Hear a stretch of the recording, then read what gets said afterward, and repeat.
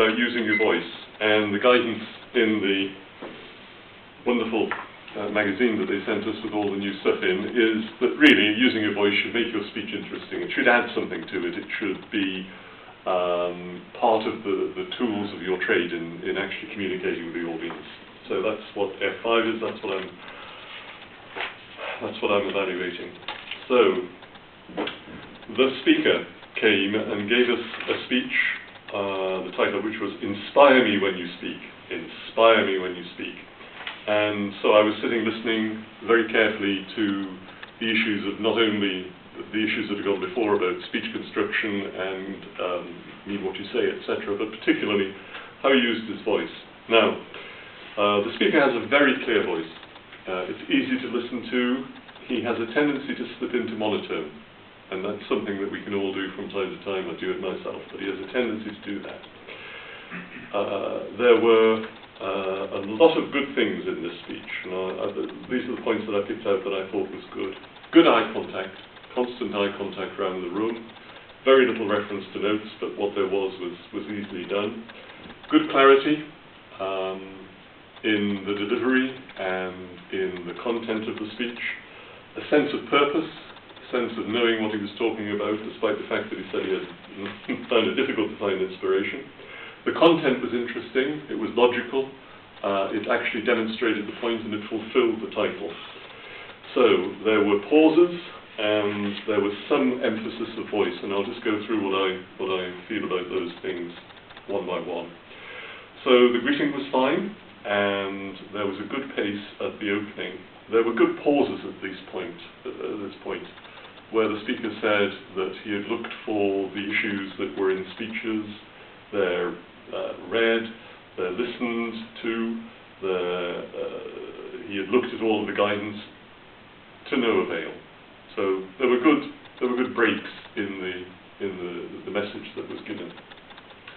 He then went on to the three quotes, and they're three absolutely excellent quotes.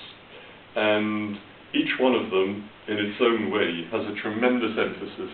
It was a delivery that changed things, made people think, and part of it was because of the way that it was given, not just the words. And the speaker said that. So we went through three things. First of all, know your subject.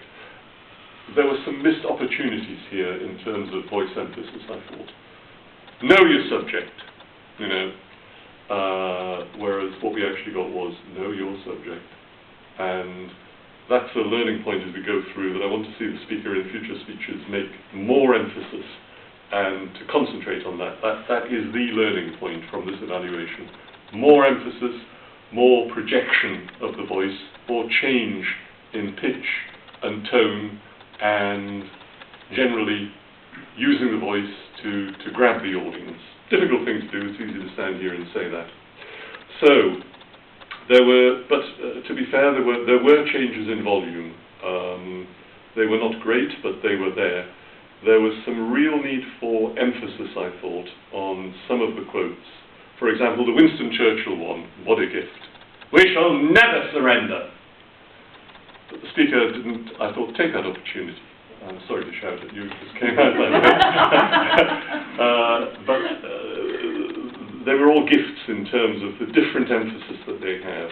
I thought his next point, believe in what you're saying, again was a logical progression. Keep it memorable, keep it simple. He went on to the Martin Luther speech, and again I think the Martin Luther speech, as I remember it, I have a dream.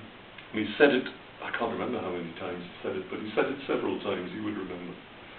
I have a dream. I have a dream.